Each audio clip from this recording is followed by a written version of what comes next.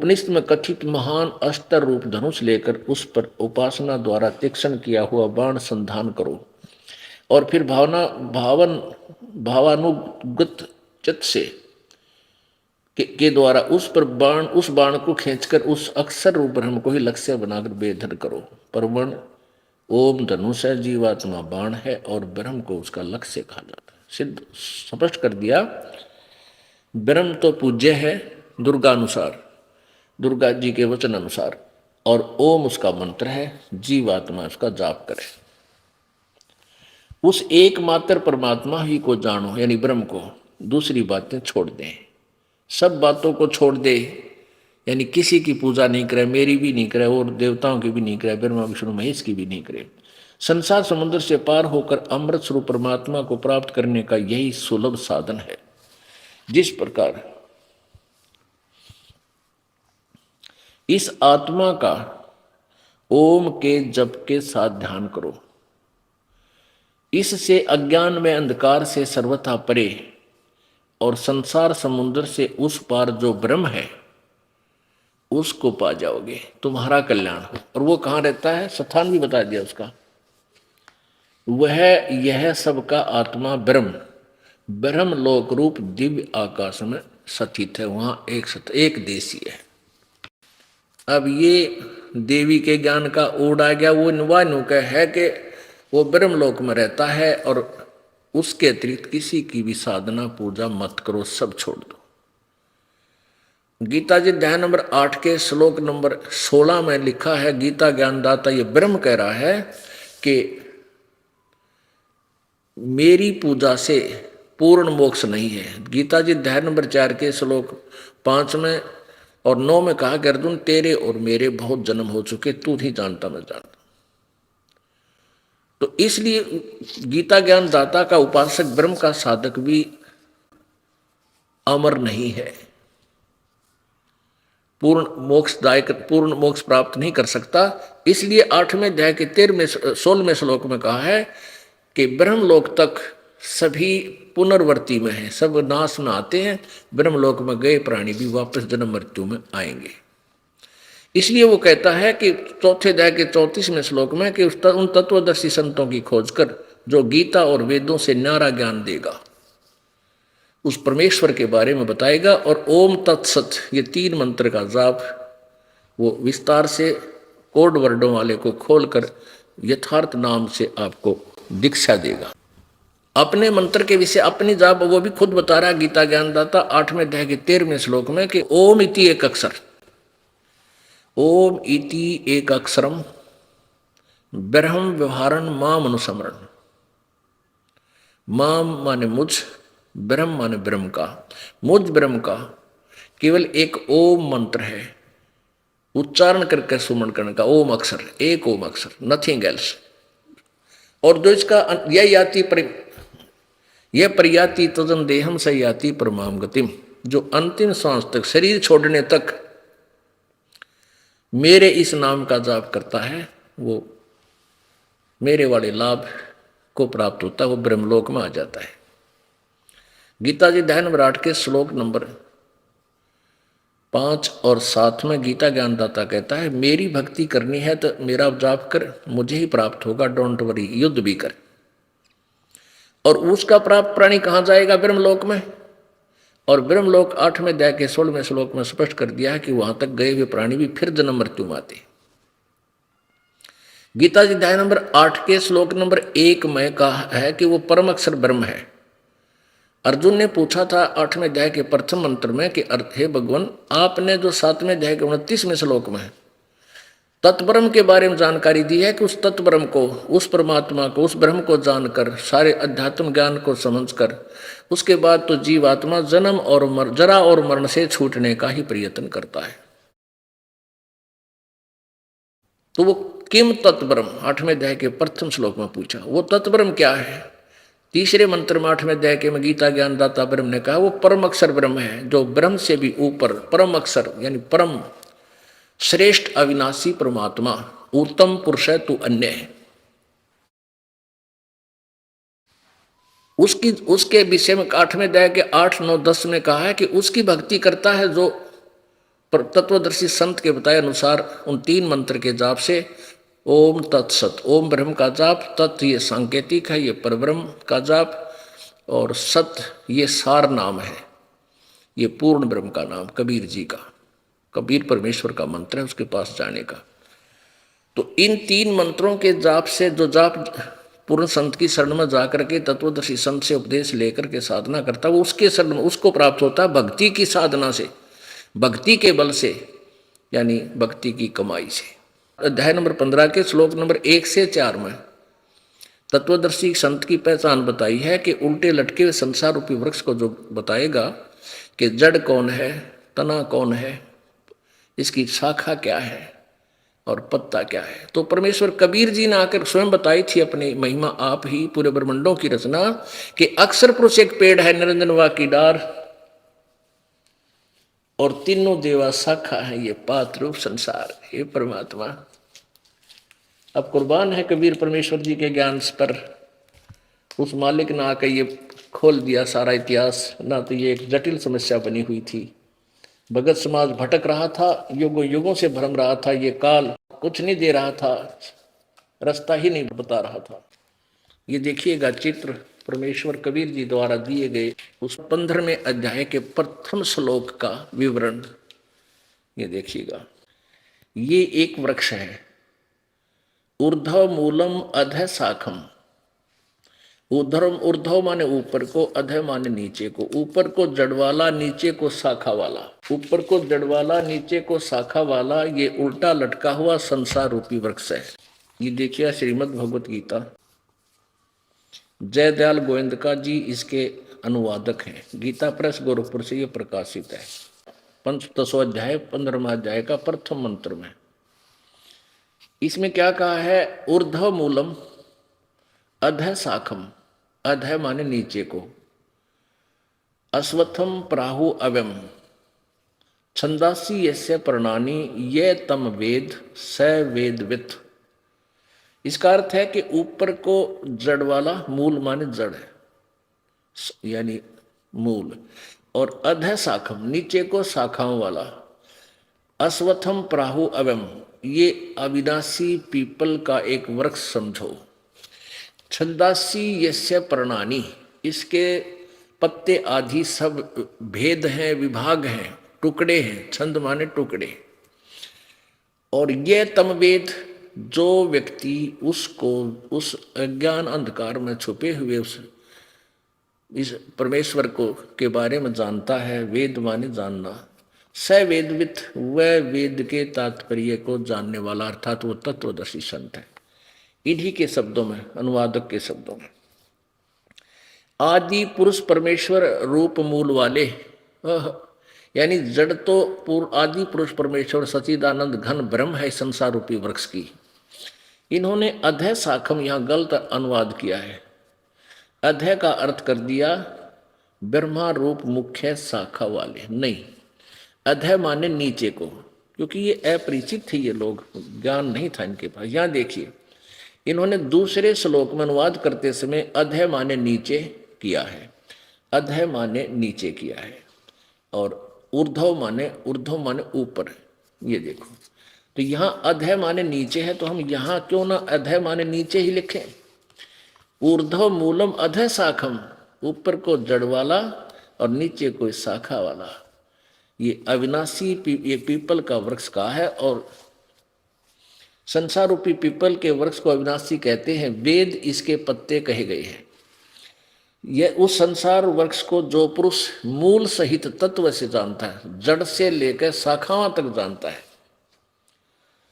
वह है वेद स वेदवित।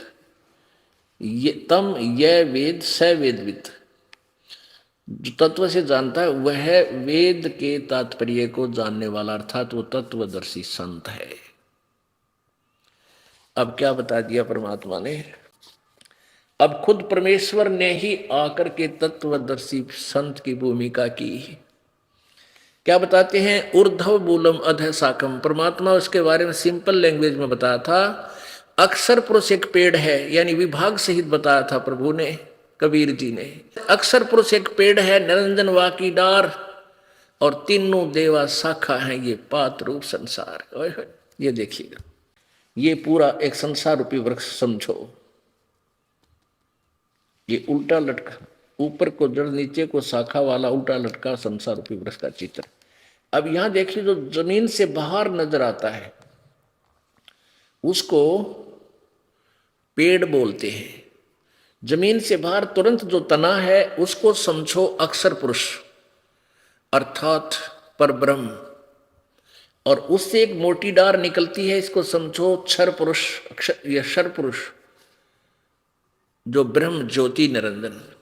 और ब्रह्म के तीन पुत्र हैं, यानी इस डार, मोटी डार के फिर तीन शाखाएं हैं, रजगुण ब्रह्मा जी, सतगुण विष्णु जी, तमगुण शिव जी, और हम यहां पात रूप संसार। और ये मूल कौन है? ये पूर्ण परमात्मा परम अक्षर ब्रह्म कबीर जी।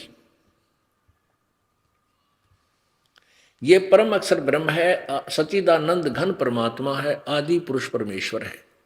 और जड़ से ही तना वृक्ष को, जड़ से मूल से पूरे पेड़ को आहार प्राप्त होता है, यानी सबका पालन पोषण करने वाला भी यही परमात्मा यानी पूर्ण ब्रह्म कबीर जी ही है। अब ये और सिद्ध करेगी पवित्र गीता। अब ये 2 श्लोक और क्लियर करेंगे। ये देखिएगा, श्रीमद् भगवत गीता अध्याय नंबर 15 का ही श्लोक नंबर, अब 2, 3, 4 में कंसेप्ट क्लियर हो जाता है कि रजगुण ब्रह्मा। अब ये देखिएगा, ये हम 15वां अध्याय पढ़ रहे हैं। ये पहला के विषय में बताया कि जो इस संसार रूपी वृक्ष की सब शाखाओं सहित जड़ से लेकर तना तक जो तत्व से जानता है, सवेदवित वो तत्वदर्शी संत है। फिर इस दूसरे में क्या बताया है कि उस संसार वृक्ष की तीनों गुण रूप रजगुण ब्रह्मा जी, सतगुण विष्णु, तमगुण शिव जी, विषय भोग वाली प्रिय रूपी कोपलों वाली शाखा हैं। ये शाखाएं हैं, इन लिखा है देव मनुष्य और तिरक आदि योनि रूप शाखाएं, नीचे और ऊपर ऊर्ध्वम ऊपर सर्वत्र फैली हुई है। मनुष्य लोक में कर्मों के अनुसार बांधने वाली, कर्मानुबंधनी, यानी कर्मों की फांस में फंसाए रखने का मुख्य कारण भी मूलानी माने मुख्य कारण, मुख्य जड़ भी नीचे और ऊपर सभी लोकों में व्याप्त हो रही है। अब यहाँ जो मूल का अर्थ है, मुख्य कारण है, ये ब्रह्मा विष्णु महेश तीनों गुण हमें बांधे रखते हैं। इसका मुख्य ये जड़ है, हमें यहाँ फंसाए रखने की मुख्य कारण है, इसका अर्थ ये है। अब यहाँ एक कंसेप्ट और क्लियर करना पड़ेगा कि रजगुण ब्रह्मा है, सतगुण विष्णु, तमगुण शिव जी, और ये तीनों नासवान है। तब आगे चलेगा ये प्रसंग। अब देखिएगा, श्रीमद् देवी भागवत देखिएगा, ये वही देवी पुराण है, गीता प्रेस गोरखपुर से प्रकाशित है, और इसके संपादक हैं हनुमान प्रसाद पोदार चिमनलाल गोस्वामी, और ये गीता प्रेस गोरखपुर से प्रकाशित है। इसके 123 पृष्ठ पर है। अब परमात्मा कबीर परमेश्वर जी अपनी प्यारी आत्मा धर्मदास जी को समझा रहे हैं कि देख, खोल कर देख तेरी देवी पुराण को, उसमें क्या लिखा है। अब धर्मदास जी उनसे परिचित है। ये देखिएगा, 3रा स्कंध और पृष्ठ नंबर 123 पे देवी भागवत। भगवान विष्णु जी अपनी माता दुर्गा की प्रशंसा करते हुए बोल रहे हैं, तुम शुद्ध स्वरूपा हो, यह संसार, सारा संसार तुम्हीं से उद्भासित हो रहा है। मैं ब्रह्मा और शंकर, विष्णु ब्रह्मा और शंकर, हम सभी तुम्हारी कृपा से विद्यमान हैं। हमारा आविर्भाव यानी जन्म और तिरोभाव में मृत्यु हुआ करता है। हमारा तो जन्म और मृत्यु होता है। केवल तुम ही नित्य हो, जगत जननी हो, प्रकृति और सनातनी देवी हो। प्रकृति भी दुर्गा को कहते हैं।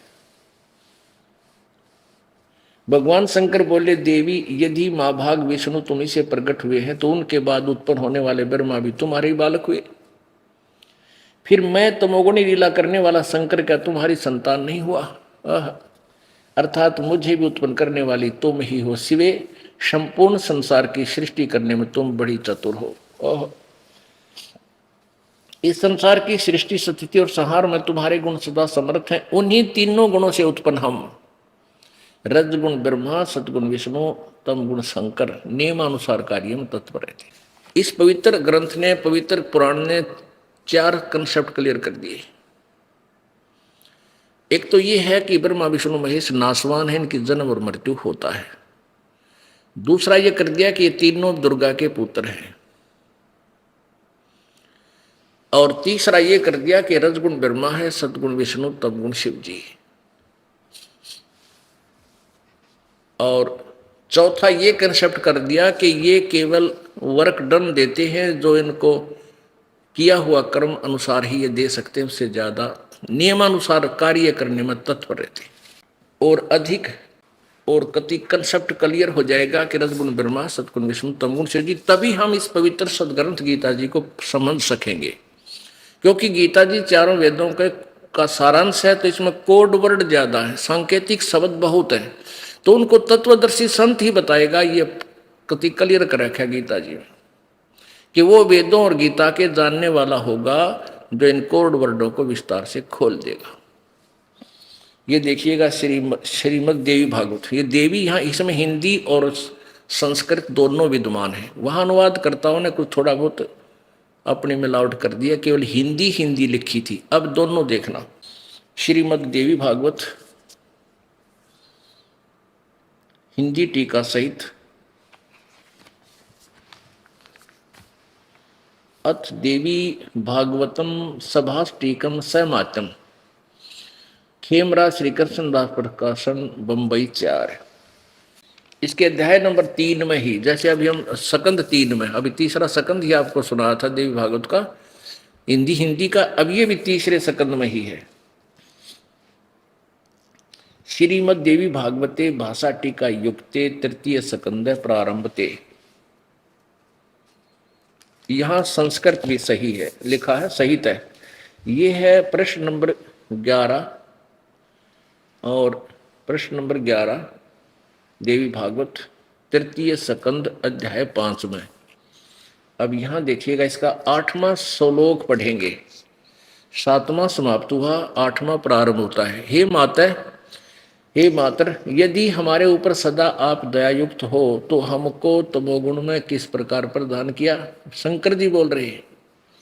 ब्रह्मा रजोगुण और हरि सतोगुण। ओह, तो यहाँ 7वां समाप्त हुआ। ये संस्कृत भी पढ़ेंगे क्योंकि ये लिपि जो है नागरी लिपि है, हम आसानी से पढ़ सकते हैं।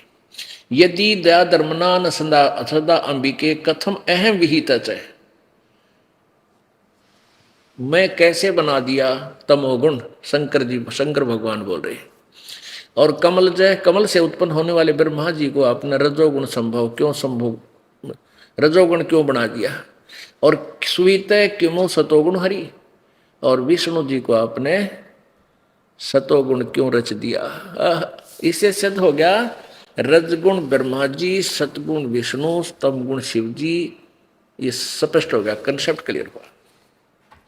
तो अब हम इस पवित्र गीता जी को समझ सकेंगे आसानी से। अब देखिए गीता जी, पवित्र गीता जी अध्याय नंबर 15 के श्लोक नंबर 2, 3 और 4 अब स्पष्ट होंगे। अध्याय नंबर 15 और श्लोक नंबर, यहां देखिएगा, अध्याय नंबर 15 और श्लोक नंबर हमने ये पढ़ लिया पहला 15वें का। वह वेद के तात्पर्य को जानने वाला है जो जड़ सहित जानता है। अब दूसरे में गीता जी अध्याय नंबर 2 में, उस संसार वृक्ष की तीनों गुण रूप रजगुण ब्रह्मा, सतगुण विष्णु, तमगुण शिवजी रूपी शाखा, ये जल से बड़ी हुई नहीं, ये इन्होंने गलत अनुवाद किया है। ये विषय वासनाओं वाली यानी विषय भोग वाली, ये विकारों वाली शाखाएं हैं। विषय परिवाला प्रियवाला विषय परवाला शाखा, बस इसका अर्थ है ये विषय विकार रूपी ये तीनों गुण रूपी शाखा है। और नीचे और ऊपर, ये सर्वत्र ने शब्द नहीं है, ये गलत लिखा है। मूल संस्कृत में केवल ऊर्ध्वम, ऊर्ध्व माने ऊपर ओनली, यानी इस पृथ्वी लोक पर ज्ञान बोला जा रहा था गीता जी का। गीता जी का ज्ञान पृथ्वी लोक पर बोला जा रहा था, ऊपर स्वर्ग में और नीचे पाताल, इन तीन लोकों पर ही ब्रह्मा विष्णु महेश जी एक एक विभाग के प्रभु हैं। रजगुण के ब्रह्मा जी, सतगुण विभाग के विष्णु जी और तम गुण विभाग के शिव जी। सर्वत्र नहीं, ये सर्वत्र शब्द तो इन्होंने अनुवादकर्ताओं ने किया, क्योंकि ये विष्णु श्री कृष्ण जी तो ऊपर और विष्णु से ऊपर को भगवान ने नहीं माने थे। अब देखो ऊपर और केवल यहाँ कहना नीचे और ऊपर, यानी नीचे पाताल लोक में और ऊपर स्वर्ग लोक में और मनुष्य लोक में फैली हुई। और मनुष्य लोक में इस पृथ्वी लोक पे कर्मानुबंधनी मूलानी, कर्मों के बंधन में बांधने वाली भी मुख्य कारण है यही तीनों गुण, रजगुण ब्रह्मा सतगुण विष्णु तम गुण शिव जी। और नीचे और ऊपर सभी लोकों में नहीं है, नीचे और ऊपर व्याप्त हो रही है, ऊपर स्वर्ग में और नीचे पाताल पर और पृथ्वी पर। अब तीसरे में कहा है कि इस संसार वृक्ष का स्वरूप जैसा कहा है, यानी संसार की जो सृष्टि मैं बता रहा हूं, यानी ये ज्ञान आध्यात्मिक दे रहा हूं, गीता ज्ञान कह रहा है, गीता ज्ञानदाता कह रहा है, मैं पूरी तरह परिचित नहीं हूं। ये जो गीता और गीता जी के जो ज्ञान का तेरा मेरी जो चर्चा चल रही है, विचार काल डिस्कशन हो रही है, इसमें मैं इस सृष्टि रचना को यानी सब ब्रह्मांडों के विषय में पूर्ण नहीं जानता। इसलिए कहा चौथे अध्याय के 34वें श्लोक में कि उस तत्वदर्शी संत की खोज करो जो उस परमेश्वर द्वारा दिए गए ज्ञान को विस्तार से बताओगा, जिसके विषय में चौथे अध्याय के 32वें श्लोक में कहा कि सच्चिदानंद घन की वाणी में विस्तार से लिखे गए हैं आध्यात्मिक अनुष्ठान और उनकी क्रियाएं, उसको तू तत्वदर्शी संतों को से जाकर समझ। वो तत्व ज्ञान है, परमात्मा की वाणी में लिखे हैं अलग से। तो यहां क्या कहता है कि संसार रूपी वृक्ष का जैसा स्वरूप मैं कह रहा हूं या सुना जाता है, मैं नहीं जानता। यहां विचार काल में तेरी मेरे डिस्कशन में ये स्पष्ट नहीं कर पाऊंगा। अब देखो इस संसार वृक्ष का ये तीसरा श्लोक है 15वें अध्याय का। इस संसार वृक्ष का स्वरूप जैसा कहा है वैसा यहां विचार काल में नहीं पाया जाता, क्योंकि न तो इसका आदि है और न अंत है, तथा न इसका अच्छी प्रकार स्थिति, यानी मैं नहीं जानता इसके बारे में। इसलिए इस सुविरूढ़ मूलम यानी ऊपर जो जड़ है वो अविनाशी है, मजबूत है, यानी अति दृढ़ है। उस मूल रूपी स्थान को और संसार रूपी पीपल के वृक्ष को, यानी उस पूरे इसके जानकारी के लिए दृढ़ेन असंख्य शस्त्रेन, दृढ़ असंख्य शस्त्रेन छित्वा, असंग का अर्थ है तत्व ज्ञान रूपी हथियार से, शस्त्र से काट के, यानी उस ज्ञान रूपी उस तत्व ज्ञान रूपी मजबूत यानी अडिग सत्य ज्ञान रूपी तत्व ज्ञान रूपी शस्त्र से काट कर, अर्थात उसको समझ कर, उसको समझने के पश्चात अब चौथे अध्याय में 15वें अध्याय का श्रीमद् भगवत गीता का ये 15वां अध्याय का और चौथा श्लोक है जो बहुत कंसेप्ट क्लियर करेगा। ये चौथा श्लोक है 15वें अध्याय का।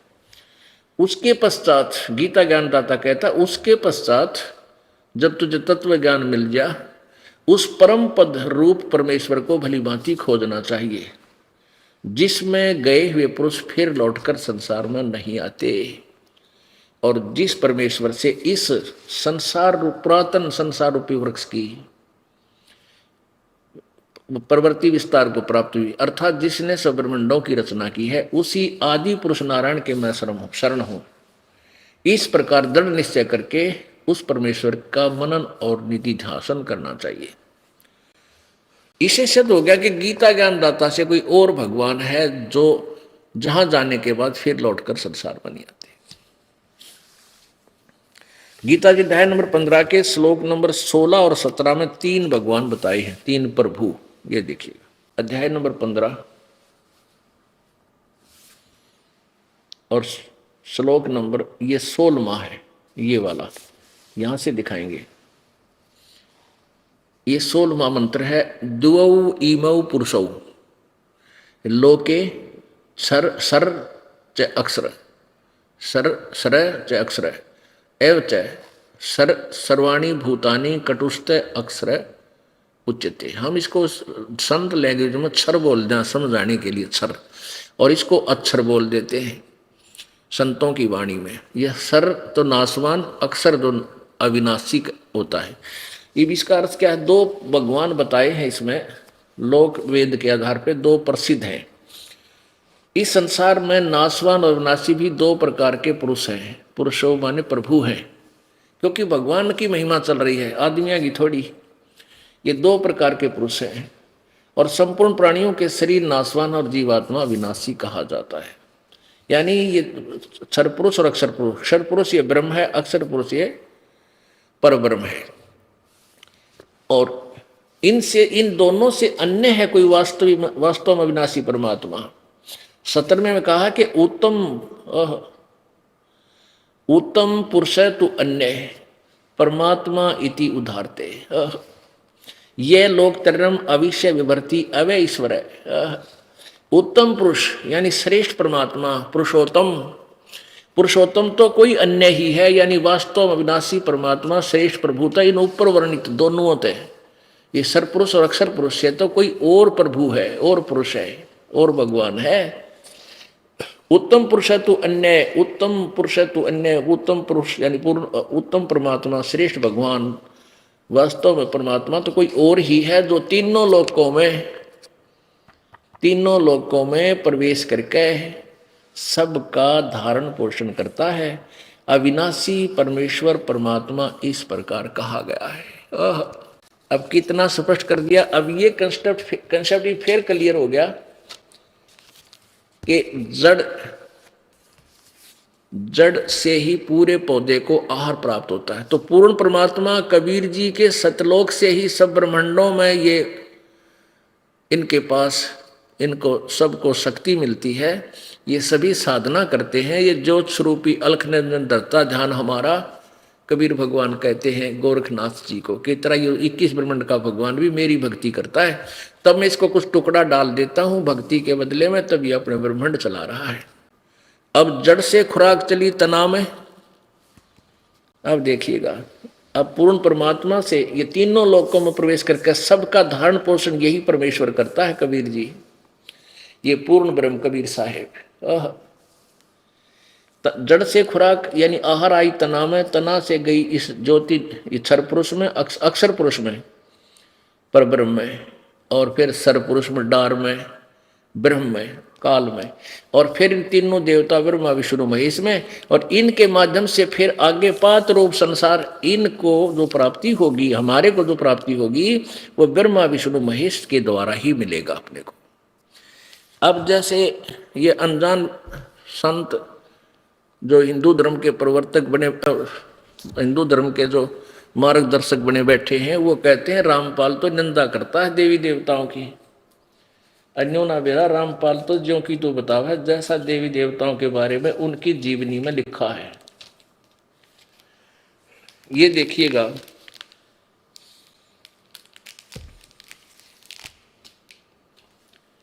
अब जैसे हम कोई आम का पौधा लाए नर्सरी से, उसको लाकर कैसे बीजेंगे? नीचे जमीन में या गमले में जड़ को नीचे दबाएंगे मिट्टी में, फिर उस जड़ की सिंचाई करेंगे। तो जड़ से की सिंचाई करने से पूरा पौधा पेड़ बन जाएगा, प्रफुल्लित हो जाएगा, और फिर टहनियां का फल अपने आप लगेंगे। ये देखिए, हम ये पौधा लाए आम का, ये देखिएगा, और इसको लाकर हमने जमीन में ऐसे गाड़ दिया गमले में। ये तो फॉर एग्जाम्पल दिखा रहे आपको। अब हमने इसको जड़ को मिट्टी में डाला, और जड़ यानी मूल मालिक की पूजा शुरू की, पूर्ण परमात्मा की। इसकी सिंचाई की तो यहां से खुराक चली तना में, तना से डार में, डार से इन तीनों गुण रूपी शाखाओं में, रजगुण ब्रह्मा सतगुण विष्णु तम गुण शिव जी में। अब हम क्या कर रहे थे हिंदू धर्म के अनुयायी उन मूर्ख गुरुओं के माध्यम से, हम ब्रह्मा विष्णु महेश को सुप्रीम पावर मान के उल्टा गाड़ रहे थे भक्ति रूपी पौधे को। टहनी गाड़ रखी थी जमीन में और टहनिया की ब्रह्मा विष्णु महेश की पूजा शुरू कर दी और जड़ छोड़ दी वह ऊपर। तो हमारा भक्ति रूपी पौधा कभी सफल नहीं हो सकता। ये शास्त्र विधि को त्याग कर ये मनमाना आचरण है। गीता जी अध्याय नंबर 16 के श्लोक नंबर 23 में लिखा है, जो शास्त्र विधि को त्याग कर, शास्त्र विधि ये है पूर्ण परमात्मा की भक्ति करो। यहां से आपके संस्कार बनेंगे तना में, तना से डार में, डार से इन तीनों टहनियों में, फिर आपको प्राप्त होंगे, टहनियां का फल लगेंगे। अब परमात्मा क्या कहा करते थे कि एक साध्य सब सद है, कबीर जी कह रहे हैं एक साध्य सब सद है और सब साध्य सब जावे, माली सिंचे मूल कुहू फले फुले गाए। एक साध्य सब सद है, यानी इस एक की साधना पूजा से ये सारा भक्ति रूपी पौधा हरा भरा हो गया और ये सब साधने से नष्ट हो जाएगा। तीनों टहनियों की पूजा करने से ब्रह्मा विष्णु महेश की पूजा करने वाले मूर्ख होते हैं। दास नहीं कह रहा, नाराज ना हो, अभी लालटेन दिखाऊंगा। अब देखिए, अब यहां ऐसे कर दास कह रहा है कि आप जी ऐसे किए हुए हो और परमेश्वर ने बताया कि आप इसको ऐसे कर लो, बस ये ब्रह्मा विष्णु महेश रूपी हमें टहनियां फल देंगी, क्योंकि हमारे संस्कार बनकर इन्हीं के पास आएंगे और ये ब्रह्मा विष्णु महेश ही हमें वर्क डन देंगे जैसा हमने कर्म किया है। अब लालटेन दिखाता हूं, पुण्यात्मा दुख मत मानना कि ब्रह्मा विष्णु महेश की पूजा करने वाले मूर्ख होते हैं। दास नहीं कह रहा, पवित्र श्रीमद् भगवत गीता जी का अध्याय नंबर 7 कह रहा है। ये देखिएगा, ये श्रीमद् भगवत गीता जय दयाल गोविंद का जी इसके अनुवादक हैं और गीता प्रेस गोरखपुर से ये प्रकाशित है। अब हम इसके 7वां अध्याय आपको पढ़कर सुनाएंगे। अब ये कंसेप्ट क्लियर हो चुका है कि रजगुण ब्रह्मा है, सतगुण विष्णु, तमगुण शिव जी। अभी आपको देवी भागवत में स्पष्ट कर दिया था। अब यहां फिर वही प्रसंग आ गया। ये देखिएगा, अध्याय नंबर 7 का ये अध्याय नंबर 7 है। इसमें 2 मंत्र में काल भगवान के कहे कि मैं तेरे लिए इस विज्ञान सहित तत्व ज्ञान को संपूर्णतः कहूंगा, जिसको जानकर संसार में फिर कुछ भी जानने योग्य शेष नहीं रह जाता। यानी ऐसा ज्ञान बता दूंगा अर्जुन, फिर इसके जानने के बाद तुझे किसी ज्ञान की आवश्यकता नहीं पड़ेगी। गीता ज्ञानदाता कहे कि तेरे कोई वैसे रहस्य उद्घाटन करूंगा कि फिर इस ज्ञान के जानने के बाद तुझे किसी ज्ञान की जानने की आवश्यकता नहीं रहेगी। अब देखना, अब इसी अध्याय नंबर 7 के श्लोक नंबर हम 12 से प्रारंभ करेंगे। अध्याय नंबर 7 और श्लोक नंबर ये 12। इसमें क्या कहा है कि और भी जो सतगुण से उत्पन्न होने वाले भाव हैं और जो रजगुण से तथा तमोगुण से होने वाले भाव हैं, उन सब को तू मुझसे होने वाला ऐसा जान, परंतु वास्तव में उनमें मैं और वे मुझ में नहीं है। अब तीनों गुणों रजगुण ब्रह्मा, सतगुण विष्णु, तमगुण शिव जी से, रजगुण ब्रह्मा से उत्पत्ति, सतगुण विष्णु से सतिथि और तमगुण शंकर से संहार जो हो रहा है, कहते इसका मुख्य कारण मैं हूं, काल बोल रहा है। क्योंकि काल को श्राप लगा हुआ है गीता ज्ञानदाता ब्रह्म को कि 1 लाख मानव शरीरधारी प्राणियों का तो नित्य आहार करेगा, उसके सूक्ष्म शरीर से गंध निकाल कर तपस्या पर भून कर ये खाता है डेली और 1.25 लाख की उत्पत्ति करता है। इसलिए ये कह रहा है कि तीनों गुणों से रजगुण ब्रह्मा से जो उत्पत्ति, तम सतगुण विष्णु से सतीथि और तमगुण शिव जी से संहार जो हो रहा है, इसका मुख्य कारण मैं हूं, पर ये मुझ में नहीं और मैं इनमें नहीं, क्योंकि ये इनसे अलग रहता है, अलग है, ब्रह्मा विष्णु महेश से अलग है ये काल। ये इनके समक्ष भी नहीं आता, इनको धोखे में रखता है। अब 13वें में कमाल कर दिया है। अब 13वां श्लोक देखिएगा, 7वें अध्याय का 13वां श्लोक। गुणों के कार्य रूप सात्विक राजस और तामस, इन तीनों प्रकारों के भाव से सारा संसार प्राणी समुदाय मोहित हो रहा है। इन तीनों गुणों से परे मुझ अविनाशी को नहीं जानता। इन ब्रह्मा विष्णु महेश से ऊपर ब्रह्म है, कहते उसको, मुझको नहीं जानता। आगे देखो 14 में, क्योंकि यह अलौकिक अति अद्भुत त्रिगुण में मेरी माया, रजगुण ब्रह्मा सतगुण विष्णु तमगुण जी द्वारा फैला गया जाल, कहते हैं बड़ी दुस्तर है, बड़ी खतरनाक है। जो पुरुष मुझ को निरंतर भजते हैं वे इस माया का, यानी ब्रह्मा विष्णु महेश से ऊपर उठ जाते हैं, संसार से तर जाते हैं, यानी ब्रह्मलोक में आ जाते हैं। अब यह ध्यान रखना कि यहाँ पूजा का विषय है, भजने का, भक्ति का, इसलिए भक्ति के लिए ही वो तीनों गुण है। ब्रह्मा विष्णु महेश की भी कोई भक्ति करता है तीनों गुणों की, इसलिए यहाँ भक्ति का विषय चल रहा है। ये कई उलझा देते हैं, गुण कोई और होते हैं, नहीं, ये स्पष्ट किया है। अब 15वें में कह दिया कि जिनका माया के द्वारा जिनका ज्ञान हरा जा चुका है, जो ब्रह्मा विष्णु महेश जी से ही मिलने वाले आध्यात्मिक लाभ पर आश्रित हैं, वो किसी की नहीं सुनते। उनके विषय बताया कि उनके द्वारा जिनकी बुद्धि हर ली गई है, वो असुर स्वभाव को धारण किए हुए, असुर माने राक्षस से धारण किए, मनुष्यों में नीच और दूषित कर्म करने वाले, बुरे कर्म करने वाले, मूड यानी मूर्ख लोग मुझको नहीं भजते। ये ब्रह्मा विष्णु महेश तक सीमित रहते हैं। इनको चार लताड़ मार रखी है गीता ज्ञानदाता ने, है कि राक्षस स्वभाव को धारण किए हुए, मनुष्यों में नीच और दुष्कर्म करने वाले और मूर्ख मुझको नहीं भजते। इसी से है कि वो तीनों गुण भी भजने वाले हैं, रजगुण ब्रह्मा जी, सतगुण विष्णु तमगुण शिव जी, उनकी पूजा कोई करते हैं, इसलिए यह मना किया। अब इसका एक कंसेप्ट क्लियर करेंगे कि जैसे तमगुण शिव जी की पूजा की थी, किसने? श्री तमगुण शिव जी की पूजा की थी रावण ने, और रावण क्या कहलाया? सर्वविदित है। राक्षस कहलाया, पूरे कुंभा गाणी करवा दी, और अपनी ही माता को, त्रिलोक की माता को, सीता जी को, अपनी माँ को उठा ला और उससे दुष्कर्म करने की चेष्टा की, लेकिन वह देवी शक्ति युक्त थी, वो नीच सफल नहीं हो पाया और कुत्ते वाली मौत मारा गया। इसी प्रकार एक भस्मागिरी नाम का साधक था, तपस्वी था। ये गिरिपुरी और नागा ओगड़, ये सारे शिव, नाथ कनपाड़े, ये सारे शिव जी के उपासक होते हैं, तमगुण शिव के। और वैष्णु जो होते हैं ये विष्णु जी के उपासक होते हैं।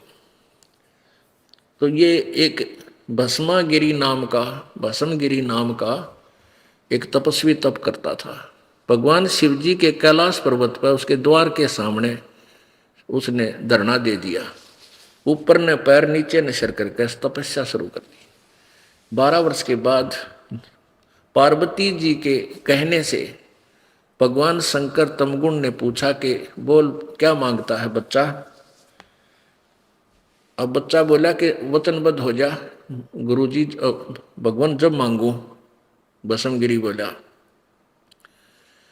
भगवान शंकर बोले भाई ठीक है, मैं वचनबद्ध हो गया। तो खड़ा हो गया जब छोड़ के साधना, और कहने लगा कि ये भस्म कड़ा दे दे जो तेरे हाथ में है।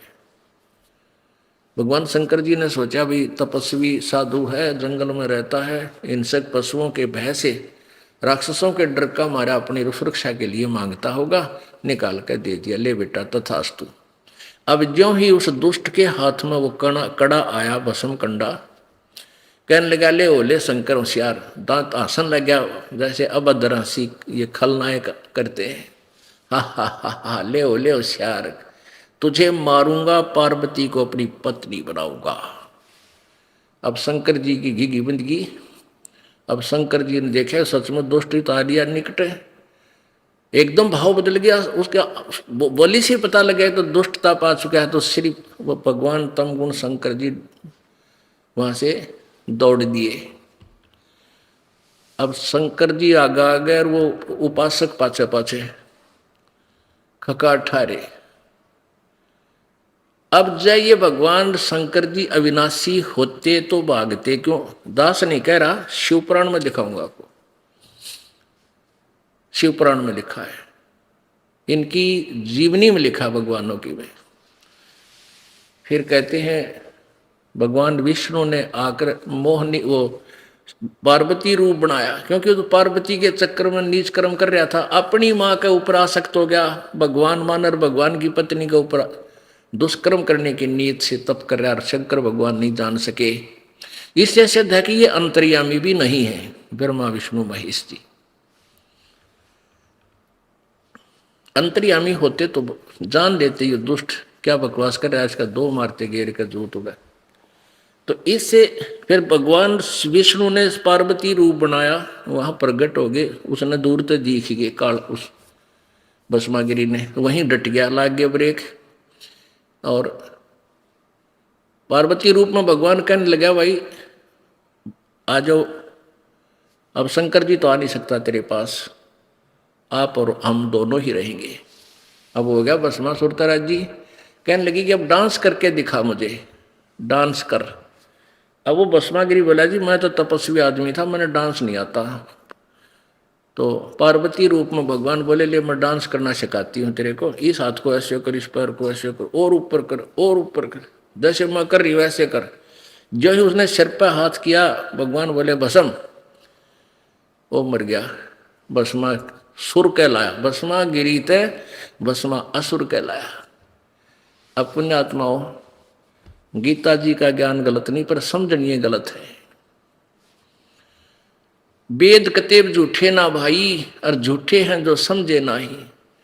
जब परमात्मा ने ये सारा ज्ञान खोल कर धर्मदास जी को बता दिया, कबीर परमेश्वर जी ने, तब धर्मदास जी बोले हे भगवान फिर ये वेद और कतेब तो झूठे हैं, क्योंकि उनको दिखाया नहीं था वेद वेदों को, वैसे वर्बली बताया था। फिर बताया कि बेटा वेद कतेब झूठे ना भाई, झूठे हैं जो इनको समझे नहीं। इनमें सब वेद हमारा भेद है, मैं मिलो वेदन में नाही, और जौन वेद से मैं मिलूं वो वेद जानते नहीं। अब एक उदाहरण और देते हैं आपको। जैसे रजगुण ब्रह्मा जी की साधना की थी, रजगुण ब्रह्मा जी की साधना की थी हिरण्यकशिपु ने, और वो कौन था? हिरण्यकशिपु ने जो साधना की थी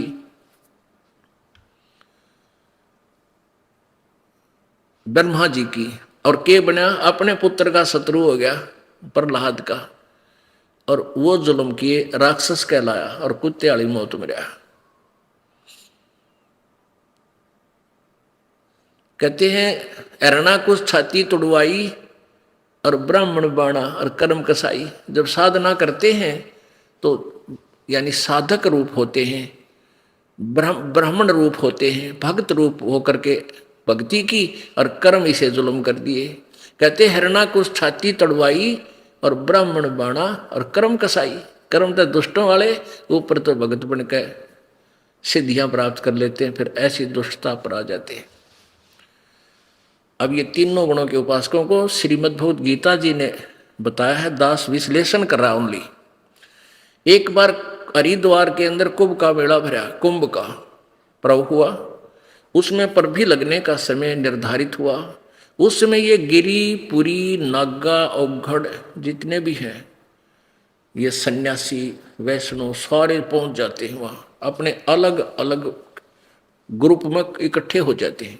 और फिर स्नान करने का जो समय होता है उस समय वो सभी अपने अपने अलग अलग पूरे समुदाय में ग्रुप का ग्रुप प्रस्थान कर देता। तो उस दिन बहुत पहले की बात है, उस समय सबसे पहले नागा पहुंच गए। कति नंगे रहते हैं, ये शंकर जी के उपासक होते हैं, और हर की पैड़ियों पर छा गए कई हजारों की संख्या में।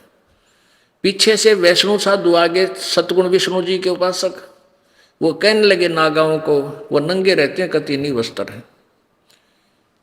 उनसे कहा कि तुम पहले स्नान नहीं करोगे, हम पहले स्नान करेंगे, तुम बाहर आओ। अब नागा, हम श्रेष्ठ हैं। नागा कहने लगे हम श्रेष्ठ हैं, हम त्यागी और बैरागी हैं, हम कोई वस्त्र तक भी नहीं रखते हैं, हम सर्वश्रेष्ठ साधु हैं, हम प्रथम स्नान करेंगे। अब विष्णु जी के उपासक कहते हम सर्वश्रेष्ठ हैं, हम विष्णु जी के उपासक हैं, और तुम श्रेष्ठ नहीं हो, नंग्यो, टट्टी के हाथ भी ना धोते, शरड़ फरड़ो, बाहर मरो तुम, सारे राख लपेट रखी है। अब इतनी कहते वो नागा भी फिर वो कैटेगरी के थे, उनने भी फेर लिया मुंह उल्टा। अच्छा तुम श्रेष्ठ हो, गुट्टम गुट्टा वो उसका मार, वो उसका मार, तलवार निकाल ले, तीर ठोके और सीधी कटारी चक्कू घोंप दे, छुर्रा वो तुर्रा कर दो भाई। ये साधुओं के लक्षण है। यहां परमात्मा की अमरवाणी की में गरीबदास साहिब जी ने अपने बहदे के अंग में लिखा है, तीर तुपक तलवार कटारी जमदड़ जोर बदावे हैं, हर पैड़ी हर हेत न जाण्या वहां जा तेग चलावे हैं, काटे शीस नहीं दिल करुणा वो जग में साध कवावे हैं, जो जन उनके दर्शन को जावे उनको भी नरक पठावे हैं। ओहो, जो तीर तलवार और निकाल के एक दूसरे कत्लेआम कर रहे हैं, और उनको कहते हैं साधु, वो जग में साध को आवे हैं, उन संत कहते हैं। और काटे से शीश नहीं दिल करुणा, जिनके दया भी कोई नहीं और गर्दन काट रहे हैं, जो जन उनके दर्शन को भी जावे उनका शेष बन जाता है। कहना है कि है नाश करें कति, जब उनके दर्शन करने भी चला जाए तो भी पाप का भागी हो, क्योंकि वह तो वह पढ़ाई पढ़ाओगे। अब यह पवित्र गीता जी ने स्पष्ट कर दिया कि तीनों गुणों रजगुण ब्रह्मा, सतगुण विष्णु, तमगुण शिव जी के उपासक राक्षस स्वभाव को धारण किए हुए मनुष्यों में नीचे दुष्कर्म करने वाले और मूर्ख मेरी भक्ति भी ना करते।